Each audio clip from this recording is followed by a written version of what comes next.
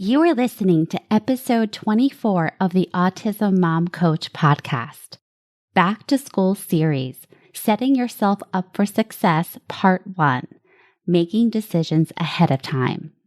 The countdown is on, or the timer went off, depending on where you live. The 2022 school year is here, and no matter how much we plan, things are going to go wrong. Your child will refuse to get on the bus. Their teacher will be out for a week because of COVID.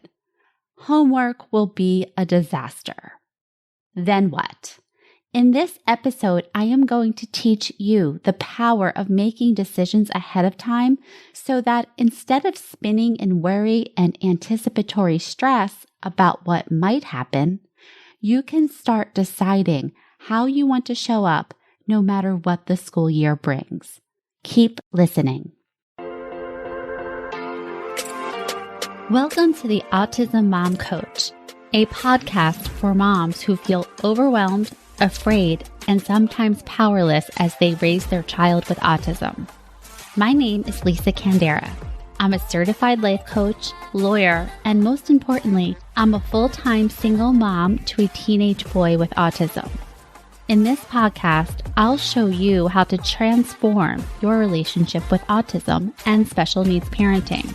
You'll learn how to shift away from being a victim of your circumstances to being the hero of the story you get to write. Let's get started. Hello, and welcome to the second episode of the Back to School series of the podcast.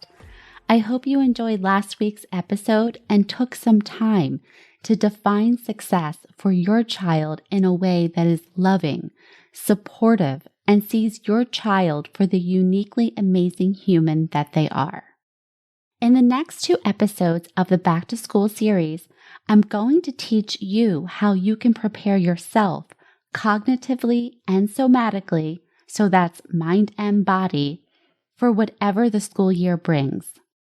We are going to start with learning how to make decisions ahead of time.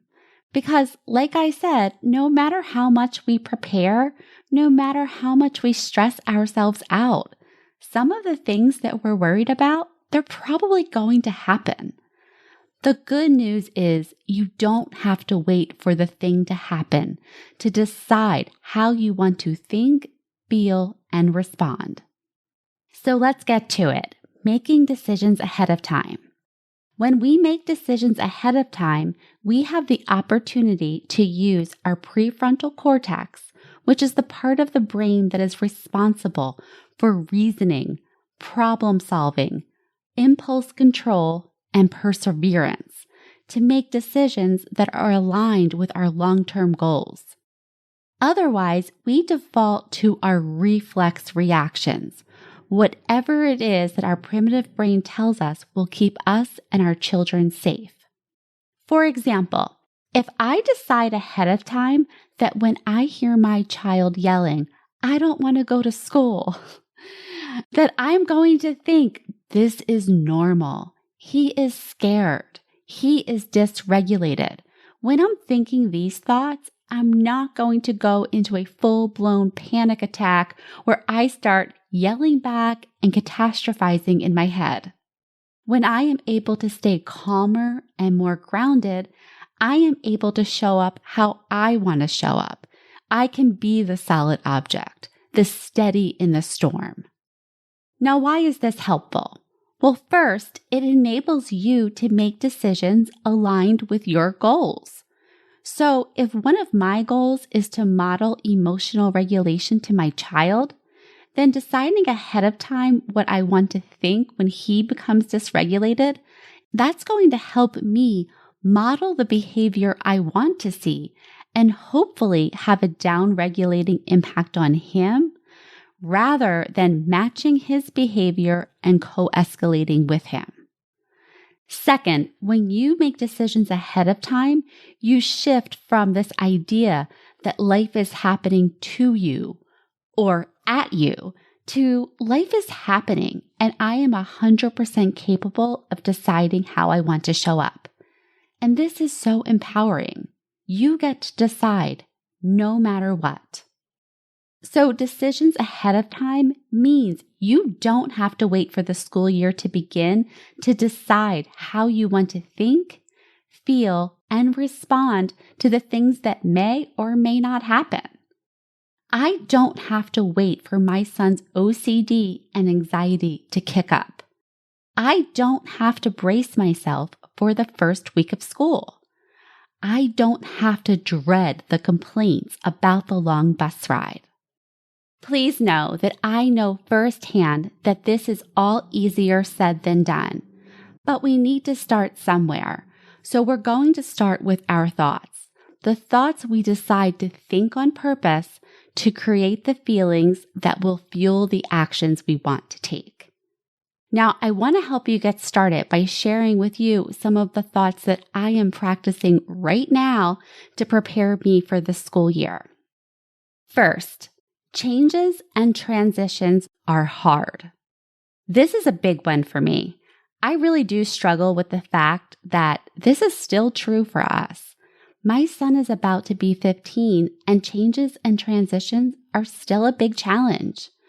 So my work here in thinking this thought on purpose is also to humble myself to the fact that I will never truly understand his experience and why what I perceive as simple and routine is anything but for him. Because changes and transitions are hard. Number 2, this is skill, not will. This phrase comes from Dr. Stuart Ablon, who believes behavioral challenges are misunderstood and the lack of skill in the cognitive domains of flexibility, frustration tolerance, and problem solving are the causes of challenging behaviors. This has been a game changer for me. I will share that as the parent of a child with high functioning autism, I often find myself falling into the thought trap of because he can, he should, or that because he did it once, or that he does it in certain circumstances, that he should do it all the time. Skill, not will, takes me from frustrated and fed up to calm and compassionate. Number 3, home is his safe place. We have all experienced the Coke bottle effect, no? If you don't know what I'm talking about, I suggest that you check out the YouTube video by autistic blogger Orion Kelly. In this video, he explains what happens to an autistic child throughout the day. All of the vagaries and unexpected things that happen living in a neurotypical world. Each one of them is like shaking a bottle of Coke. And when they get home, the lid comes off and boom, or splash. So I really found this video to be eye-opening and very true to my own experience. So instead of taking my son's behavior personally, I have found it really helpful to remind myself that he's going through a lot during the course of the day that I couldn't possibly understand, and that home is his safe place. And for those of you who tend to find yourselves the target of whatever your child is dishing out, I would add to this, I am his person, or I am his safe place. This will help you regulate yourself so that you can be the solid object they seek instead of taking it personally and exploding. Number 4, we are all on the same team. This one helps me when I am dealing with my son's school team, doctors, and therapist.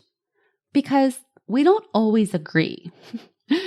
We are all on the same team, to me, means that we all have the same objective, but not necessarily the same agenda. When you start from the premise that you all have the same objective, I think it makes it easier to be more open and to listen and to communicate more effectively. I find this especially so with the school.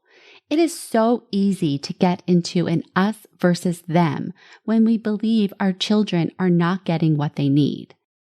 For me, I have found it more helpful to approach these situations from we all have the same objective. For one, I'm not really a fan of confrontation, which you might find surprising since I am an attorney, but I would much rather be collaborative whenever possible. Plus, depending on your child's age, you may be with this team for a minute. So to the extent possible, I like to keep my working relationships with the team as professional as possible. Or maybe it's not your school team. Maybe it's your doctor. Maybe your doctor is encouraging you to try a certain type of therapy. They are telling you that it's the gold standard. But you've done your research and you are the expert on your child, and you decide, no, it's a no for you. And that's okay. You can still be on the same team and have different views of what to do. And number 5, my only job is to love my child unconditionally. There will be times when your child is struggling and you just want to do something, anything to help them, and you will feel helpless. For these times, I like to remind myself, my only job is to love him right now, just as he is, 100%. So there you have it. You don't have to brace yourself for the school year. You can start making decisions right now about how you want to show up. To help you with this, I highly recommend that you grab my free workbook, Check What's Triggered. This workbook will help you identify some of the triggers that you're anticipating for this school year and to create thoughts that will better serve you. You can get this workbook by going onto my website, theautismmomcoach.com. You'll find it right under the resources tab. And I will also put a link in the show notes for you as well.